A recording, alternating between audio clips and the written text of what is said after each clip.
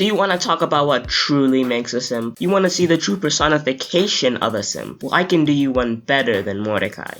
I can do you one better than Finn. I can even do you one better than Brian Griffin himself. I am here to make the case that the biggest simp in animation's history is Wandissimo from The Fairly Odd Parents, and no episode better reflects why he is the biggest simp than his first appearance in Fairy Quite Contrary. But we do have more to talk about than him and his simpery, so let's not waste any time. Today we're going to talk about Fairy Quite Contrary from Season 2 of The Fairly Odd Parents. Most of you who have watched the show will probably recognize this episode, as it's one of the more popular and more well-known episodes. It was the first time we got to see Remy Buxaplenty, who I would rate as one of the more interesting characters of the show. I would describe him as Chloe Carmichael, except where Chloe had no depth or character and made me want to die. Remy was always in my mind when thinking of interesting characters. Why that is? Let's find out. The episode starts off with a reference to Crash Nebula, which I really like actually. Yes, my friends, behold! After successfully camping out all night, we will make history as the first kids to see Crash Nebula the movie! After me. Hey, who the heck are you? We meet Remy Buxaplenty, your basic crazy rich kid who gets everything he wants. Remy Buxaplenty, richer than you will ever hope to be.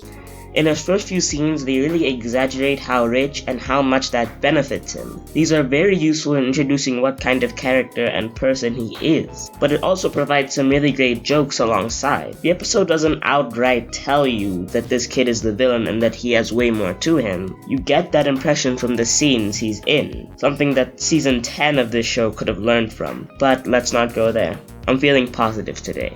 Wanda then takes him into a Crimson Chin comic where we not only get a joke, but a nice tease into the main bread of the story. Activate utility cleft! The Crimson Chin! Don't worry, CC! I'll save you!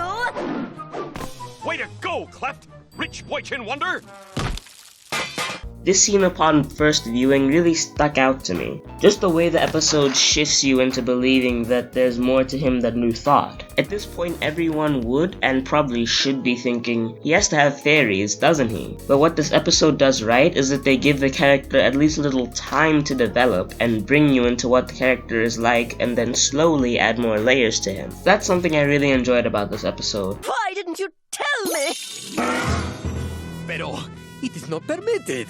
It is in the rules. It's really refreshing to see that book again. Just brings back some nostalgia. Oh, I wish you'd tell! Oh, darn it! His name is Wandissimo Magnifico. He's my ex-boyfriend.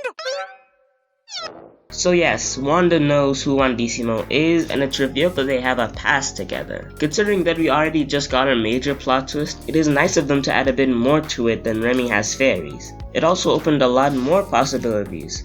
Why did they break up? How will Cosmo react to him? How will Wandissimo react to Cosmo? It just adds so many layers to the story that will keep you hooked and interested in what's going on. I love that about this episode as well. Remy finds out that Timmy has fairies, and we get to the man, the myth, the absolute simp that is Juandissimo. If Turner has godparents, he could wish he was richer than me. I wish his godparents were gone. I cannot. Fairies cannot be wished away by other fairies, for that way lies madness. And madness is muy malo. Now at first he doesn't look too bad. He just seems like your basic macho Spanish guy. But just you wait, we're getting there. Oh, and I also like this bit where Remy learns about this duel. Either God Kid or in a magical duel. Godparent against godparent. Winner keeps his fairies. Loser, and by loser I mean Turner, forgets he ever had them. It makes his character just all the more villainous, which in turn makes the viewer want to root against him.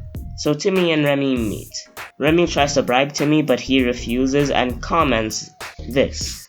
How much will it take from me to get you to wish away your fairy godparents, You know what stinks about you, Remy? You're rich, you have godparents, and you're still miserable! Now when it was revealed that Remy had a fairy, at least I didn't think of that aspect. but I am glad that this was added as a tease as to why he isn't happy. It made me think of the possible reasons as to why he has a fairy, and engrossed me in his character more.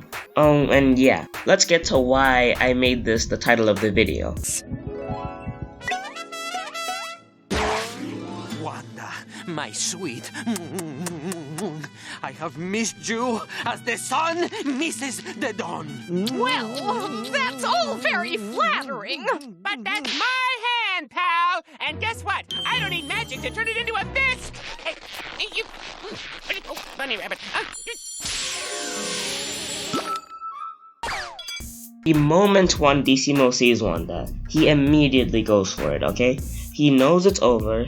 He sees that Cosmo and Wanda are together, and he still tries to seduce her. Now tell me, is that not something you would associate with the term simp? Is that not what would be classified as simp behavior? Of course it is. And why he is the biggest simp in my opinion is because he does it over and over and over again. At least with Mordecai and Finn, they grew up and learned to move past their simpish ways. And with Brian, yeah, he's a simp, but that's not the main thing you would associate with him first, to an extent at least. With Wandissimo, that is what you think of when you think about him. About 90% of his appearance in any episode is him simping over Wanda. Hopefully you understand now why I consider him to be the biggest simp. But other than that, this is still a great dynamic to have, with one character not being able to get over himself, and another character not trying to fall for them again, and one character to be extremely jealous of that, but that jealousy still being justifiable.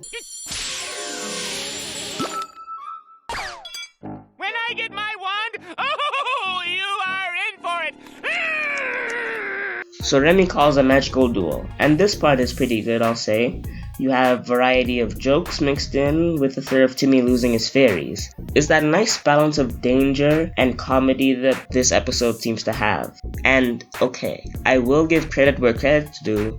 Wandissimo can be very funny at times, but unfortunately for him, we have a zero simp tolerance on this channel. Now the one tiny plot hole I found in this episode comes with this challenge. Challenge 2. The child must now help the godparents by distracting a human adult so they don't see them magically douse this fire. Jorgen says that they have to distract the human from magically dousing the flames. Wandissimo did it normally with the hose. So was the challenge just not getting caught with the fairy dousing the flames? Because the way Jorgen put it, he made it sound like they have to use magic. Either I'm being a bit too nitpicky or the episode should have done that better. Hey, Muscles Magoo! Look at me! I'm fancy, and my long black hair flows in the wind. Stop making fun of my out of duty. 10 seconds left. Wandissimo! Don't let him distract you! I'm strong, but I still lost my woman to an idiot. 5, 4. Hurry up! Chunky hunky. Stop! Monkey chunky hunky. I cannot concentrate. I just love that scene. It just makes me like Cosmo even more, and actually proves to the viewers that he can have good ideas here and there. If Cosmo doesn't win Chat of the Year, it will be the biggest injustice animation has seen since the last episode of Gumball. So Timmy ends up winning the duel, and we get even more great character development. Timmy, what's wrong? I feel sort of sorry for Remy. I wish I could help him. We can do that. I wish Remy's parents had more time to spend with him. This just goes to show you how far good writing goes. Just the fact that Timmy were to do something nice for the kid he just dueled, the fact that Timmy knew that Remy needed more time with his parents just from what he saw, man, Timmy used to be a really great character. The episode ends with them making turtle soup out of Wandissimo, and that was very quite contrary. This has to be by far one of the top 10 episodes of the show. Every single character served an interesting purpose. and had great interactions with each other. It had a good mix of comedy and storytelling, and it's a shame that it had to contain the simp that is Wandissimo, even if in some places I don't mind him all too much. Anyways, I hope you enjoyed the video. If you did, subscribe for more reviews like this. Share this with some of your friends. I recently set a goal of getting 1,000 subs by the end of July next year, so if you were to subscribe now, I would really appreciate that. Follow me on Twitter @TheCartoonGeek, and I'll see you whenever.